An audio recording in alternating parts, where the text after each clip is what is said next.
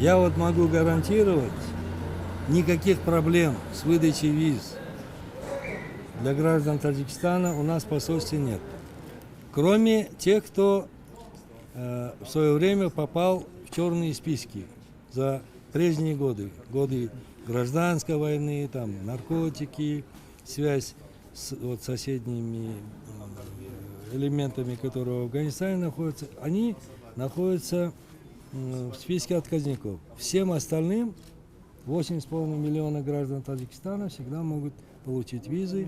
Что касается приграничных жителей, там действительно мы послабления будем делать.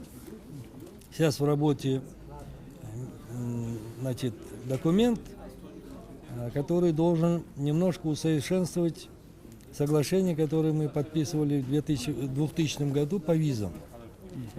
Сейчас он в работе, мы обмениваемся вариантами.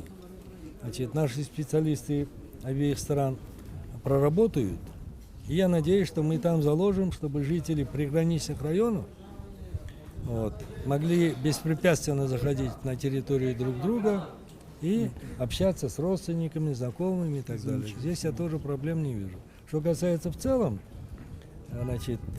визового режима, пока ситуация в регионе, за пределами региона сложная, поэтому говорить, к сожалению, об этом еще рано. Это все зависит от контекста международной обстановки. И, господин посол, еще один вопрос. Вот возникшие проблемы в авиасообщении, они решаемы или что нужно сделать таджикской стороне, чтобы форсировать? Таджикская сторона вовремя не передала комплект документов, который необходим был для согласования во всех ведомствах Узбекистана. Вы знаете, для того, чтобы в воздушное пространство зашло судно, другое государство, должно быть ПВО заранее оповещено, там документы проработаны, налоговых службах, таможенных службах и так далее. Это процесс, который требует какого-то времени. К сожалению, мы получили документы поздно. Сейчас они в работе. Самолеты должны в этом месяце, Саманер уже должен начать полеты в Узбекистан. Я надеюсь, что эта процедура уже заканчивается. Что касается узбекских авиалиний, наш самолет первый сюда должен прилететь 4 апреля. Он уже включен в летнее расписание. 2 рейса запланированы, я там тоже проблем не вижу. То есть, то, что полеты будут осуществляться, никаких проблем нет.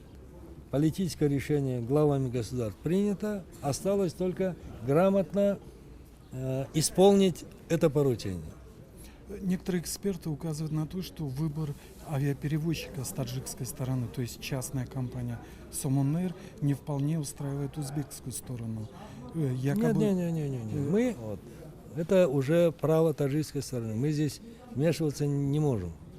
Другое дело, что сейчас мы должны документы оформить до конца, все согласования провести, с тем, чтобы ваш представитель Somon Air начал в Ташкенте работать, потому что там надо, если самолет летит, оттуда надо продавать билеты, чтобы он обратно пустым не летел. Наш представитель здесь утвержден, он уже работает почти месяц, во всех инстанциях побывал, сейчас зарегистрировался в налоговом комитете, как налоговый агент, потому что надо налоги платить, в других ведомствах. То же самое, ваш должен там работать. И единственное, я хочу сказать, меня лично удивляет стоимость авиабилета. Я об этом и здесь сказал авиаперевозчикам, и нашим сказал. $140 за 45 минут полета – это слишком дорого. Мы этот рейс открываем не для того, чтобы там какие-то большие начальники или бизнесмены летали. Мы открываем рейс для простых людей. А простому человеку $140 в один конец, это будет, конечно, нелегко. Поэтому мы сейчас работаем с обоими авиаперевозчиками с тем, чтобы они снизили стоимость билета, чтобы она была подъемной для простых людей.